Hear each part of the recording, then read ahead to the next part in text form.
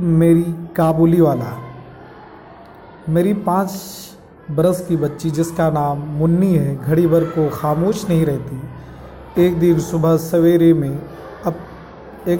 सुबह सवेरे मैं अपने नावल का 17वां बाब लिख रहा था। मुन्नी ने आकर कहा, बाबूजी, सुबोध मेरा नौकर कौवे को काक कहता है, वो कुछ नहीं जानता। और उससे पहले कि मैं कुछ कहूँ उसने दूसरी बात शुरू कर दी। देखिए बाबूजी, भोला कहता है कि आसमान में हाथी अपनी सूंडों से पानी बरसाते हैं। भोला ऐसी ही झूठी बातें करता है।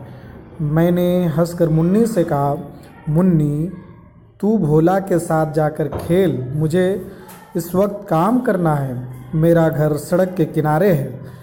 एक दिन मुन्नी मेरे कमरे में खेल रही थी। अचानक वो खेल छोड़कर बरामदे में दौड़ गई और ज़ोर ज़ोर से काबुली वाले और ओ काबुली वाले पुकारने लगे। काबुली वाले के कंधे पर मेवे का थैला और हाथ में अंगूरों की पिटारी थी।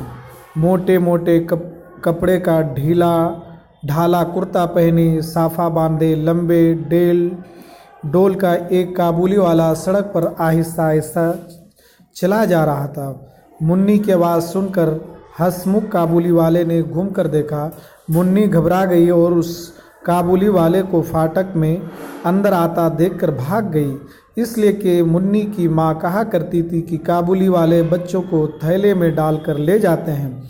मैंने मुन्नी का खौफ दूर करने के लिए उसको अंदर से बुलाया। काबुली वाला अपनी झोली से किशमिश निकालकर मुन्नी को देने लगा। मुन्नी किसी तरह लेने पर राज़ी ना हुई।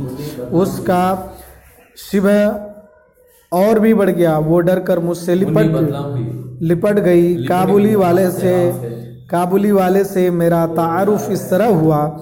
मैं एक रोज़ किसी ज़रूरी काम से बाहर जा रहा था। दरवाजे पर देखा कि मुन्नी उस काबुली वाले से बड़े मज़े से बातें कर रही थी।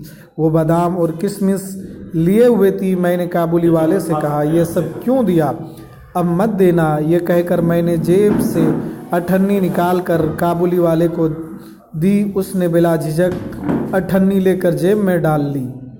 जब मैं काम से लौटकर घर आया तो मैंने देखा कि उस अठन्नी की वजह से घर में बड़ा शोर मचा हुआ है। मुन्नी की माँ उससे डांट कर पूछ रही थी कि तूने उससे अठन्नी क्यों ली। मुन्नी की आंखों में आंसू भर आए। उसने कहा, मैंने नहीं मांगी, वो अपने आप दे गया। मैं मुन्नी को लेकर बाहर चला गया।